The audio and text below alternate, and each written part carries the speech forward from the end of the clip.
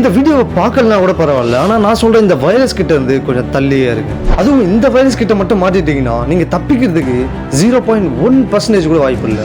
100% death.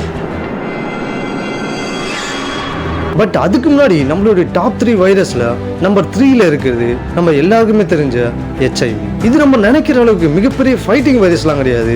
But அதே சமயம் இது ஒரு சாதாரண வைரஸும் கிடையாது. இது எப்படி ஸ்ப்ரெட் ஆகுதுன்னு கண்டிப்பா நம்ம எல்லாருக்குமே தெரியும். இப்போ இந்த வைரஸ் ஒன்ஸ் நம்ம பாடிக்குள்ள வந்ததுக்கு அப்புறம் என்ன பண்ணணும்னா, நம்ம பாடியோடைய இம்யூன் சிஸ்டமோடைய கமாண்டரா இருக்கக்கூடிய CD4 T செல்ஸை கண்டுபிடிச்சு இந்த வைரஸ் வச்சிருக்க கிளைகோப்ரோட்டீன் மூலமா இந்த செல்லுக்குள்ள நுழைஞ்சு இந்த வைரஸ் வச்சிருக்க RNA ஜீனை DNA ஜீனா மாத்தி இந்த செல்லுடைய DNAக்குள்ள இம்போர்ட் பண்ணுது. இதுக்கப்புறம் நம்மளுடைய இம்யூன் சிஸ்டம் அதோட கண்ட்ரோல் எடுத்து அதோட ரீப்ரொடக்ஷனை ஸ்டார்ட் பண்ணுது. இப்படி பண்ணும்போது நம்மளுடைய இம்யூன் சிஸ்டம் இருக்க மத்த T செல்ஸான CD8 மாதிரியான செல்கள் தன்னுடைய கமாண்டரையே போட்டு தள்ள ஆரம்பிக்குது.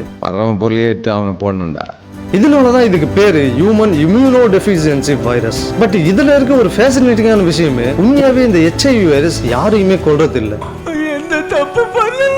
பட் இந்த வைரஸ் ஒருத்தருக்கு வந்தா அவர் 5ல இருந்து 10 வருஷம் உயிர் வாழ்றது கஷ்டமானது. அது ஏன்னு டீட்டெயிலா தெரிஞ்சுக்கணும்னா HIVன்னு கமெண்ட் பண்ணுங்க. இப்போ நம்பர் 2, மார்பர்க் வைரஸ். இதுவும் கிட்டத்தட்ட HIV வைரஸ் மாதிரி RNA ஜீன்ஸ் யூஸ் பண்ணி நம்மளோட இம்யூன் செல்ஸை கண்ட்ரோல் பண்ணுறது தான். பட் அதுக்கப்புறம் இது HIV மாதிரி ஒரு சாஃப்டான வைரஸாலாம் இருக்காது. ஆரம்பத்தில் சாஃப்டாக தான் ஆரம்பிக்கணும், அப்புறம் அப்படியே உக்கிரமா மாறிடணும். இந்த வைரஸோட சிம்டம்ஸ் காமிக்க ஆரம்பிச்சதுக்கு அப்புறம் அந்த ஹியூமனுக்கு கரெக்டான ட்ரீட்மெண்ட் கொடுத்து ரெக்கவர் பண்ணலனா அவருடைய பிளட் வெசல்ஸ், ஆர்கன்ஸ் இது எல்லாத்தையுமே டேமேஜ் பண்ணி சாகடிச்சிடும். இந்த வைரஸோட டெத் ரேட்ன்றது 88 to 90%. இது காமனா எப்படி பரவுதுன்னா, ஒரு வகை ஃப்ரூட் பேட் இருக்க சுரங்கம் குகைகளுக்குள்ள போகும்போது பரவுது. ஆல்சோ இந்த வைரஸால அஃபெக்டட் ஆன மனுஷங்க கிட்ட இருந்து கூட ஸ்ப்ரெட் ஆகலாம்.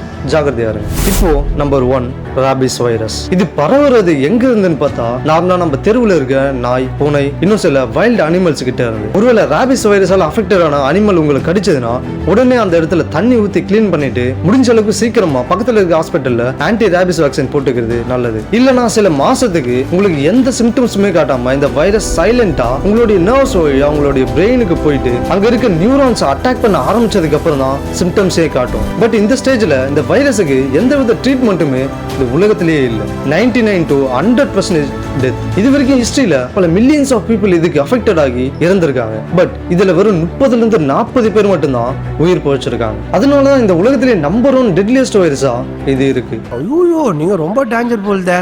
உங்களுக்கு இந்த 3 வைரஸ்ல எந்த வைரஸை பத்தி டீட்டெயிலா தெரிஞ்சுக்கணும்ன்றத கமெண்ட்ல சொல்லுங்க. இதை விட ஒரு அமேசிங்கான கண்டென்ட்ல நீங்க என்ன மீட் பண்ணா ஜஸ்ட் சப்ஸ்கிரைப் மட்டும் பண்ணி வச்சுக்கோங்க.